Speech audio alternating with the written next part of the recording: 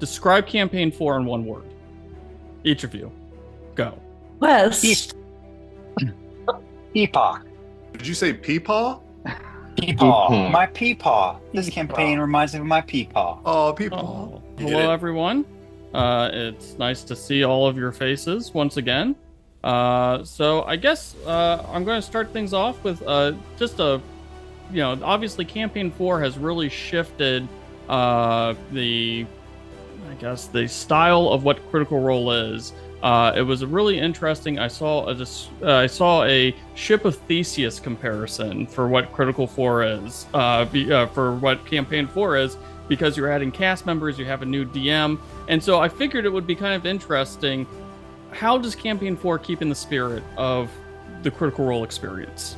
I think you're watching a group of friends continue to explore and be creative together, and try to surprise and shock and amuse and inspire each other. And yeah, it's changed, but man, I wouldn't want to watch a band play the same set for a million years. And we're never going to be a stone that rests. We are always looking for new ways to tell stories together and with other people, and just being creative with other creatives. That's what we've always done. How has shifted a bit. Can I be a full philosophy dork for a second? Can I go full philosophy nerd? Please. Actually, the thought experiment of the Ship of Theseus relies not on the adding of new planks, but on the removal of previous planks.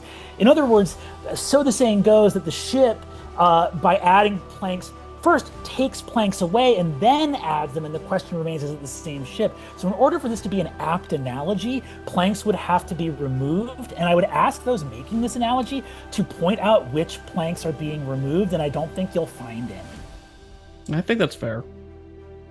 You think that's fair? You Bars, think that's Brennan. fair? That was great! Bars, baby! This isn't a Ship of Theseus. This is Theseus adding a fucking new deck to the. I can't wait to go further with this with you, Brennan, but not now.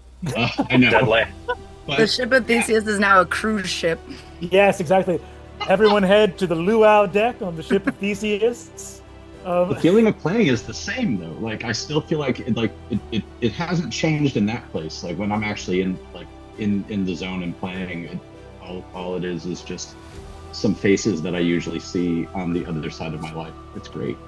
I love it. Ooh, can I add to that? Because as someone who played with Taliesin and Marisha and Matt before any of this, I could not agree more. I feel like, and for those of you, you were playing in the other group in Matt's living room as well. But I truly feel like this is the spirit of it, the heartbeat of it, is what I remember playing in Matt's living room.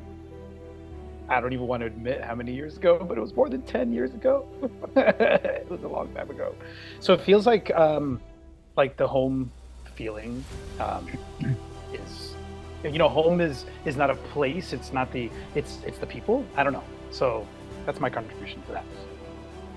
So another change that's happening in Campaign 4 is you're exploring this brand new world, Araman. And I thought it was kind of interesting with Exandria. By this point in time, not only have we had 3 full-length, fully documented campaigns in Exandria, we've also had countless other campaigns that haven't been documented on the internet, because it's become a world where the fans can explore and can play out their own games. So my question for all of you is, was it like exploring a world where not only are you going to explore it, but there's also the potential for thousands of other people to one day step, because we know that as this campaign continues, even if there's never an official guide to Araman, people will make their own Araman campaign, just like they did with Exandria before it. Brennan, this has got to be teed up for you. I mean, I think we are all sort of the same voyagers, just at the threshold, waiting to board the ship as it heads out into the sea of the unknown. But it's one of those things where we also are very much in awe of the lore that Brennan has already built. It's already this very rich tapestry of things that we are learning as we go. I think some of us have been more studious and have been taking far better notes than those of us that suck at that part of the game, are asking questions as we go and smashing forehead first into barriers to try and learn as much as we can. But I think that's sort of the beauty of it. And there's just an understanding that these are the very first steps of a very long journey. And I think that part is both beautiful and terrifying all at the same time. It's really delightful, man. Christian, if you can, the question here is basically just sort of like how we're feeling about heading into this new campaign world. Yeah, like how you're feeling about heading into a new campaign, knowing that not only are you trailblazing for yourselves, but also for thousands of other people. I mean, to that degree, right? Like the addition of, here's a good way to put it. Everything good comes out of a place of being exciting. And for things to be exciting, there has to be some degree of challenge or dauntingness to it. I don't think I would accept a new task if I were not somewhat thrilled by the prospect of trying to pull it off, right? Like that's what makes this stuff exciting. So the idea of hitting a brand new campaign world, en media res, ground running, with these incredible players and the phenomenal talents of everybody, both in front of and behind the camera, like the weight and heft of that challenge is what makes this such a thrilling proposition. So I think that like all of the newness and all of the hustle to realize this brand new world and a brand new set of circumstances is what makes it worth doing. Things are worth doing when they're hard, right? And that's what I'm excited for. Okay, I think I have time for one final question. So this is more of a semi-logistical question. When there's a table of 13 players, I've done a campaign involving about this many players before, and I know just the sheer logistics that comes into this. So I know that eventually you guys are going to split into your own tables and all that sort of stuff. How are you guys planning on like keeping track of everything that's going to go on in this campaign? Is there like only Brennan has to do that? I'm just in my corner of the world. I was about to say, is there Good like luck, a Brennan. group chat in which is like just wait until you see what happened at our table, guys, or are you just going to wait and watch it with the rest of us? So far, the group chat is us just sharing fan art with each other.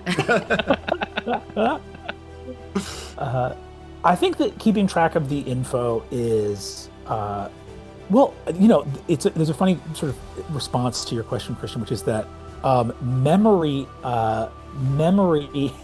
experts literally remember random strings of numbers or random sequences of words by constructing stories that use those random numbers as tentpoles. So you can look at like memory championship experts. In other words, one might argue that the purpose of storytelling is as a memory aid, to remember who we are, what matters to us, where we come from, and where we might be going.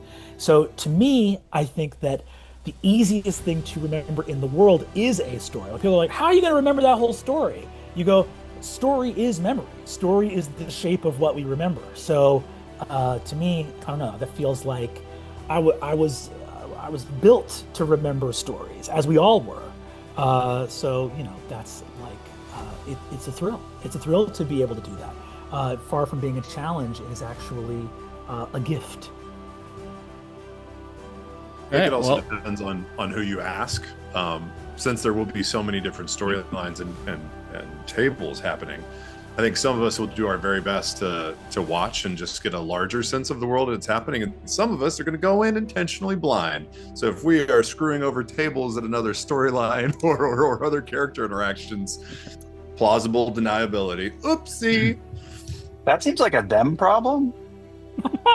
Hundo. So I actually have time for one more question. So this will be a relatively quick one. Describe campaign 4 in one word. Each of you. Go. Delightful. The lovely. God, I was going to say to lovely.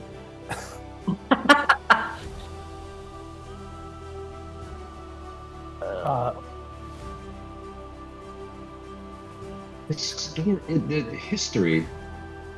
Oh, you did that one. Yeah, history, I guess. I may have heard that before. Errol. I would say new. West. Epoch. Did you say peepaw? Peepaw. My peepaw. This Peepaw. campaign reminds me of my peepaw. Oh, peepaw. Oh. Epoch. EPOCH. Thank you. Possibility. Ooh, I like that one. Ooh, that's a good one. That's a good one. Okay. Well, that's all the questions I have for you guys, so I'll give you 2 minutes of your time back. Thank you very much. I can't wait to watch the campaign. Thanks, Christian. Thank you.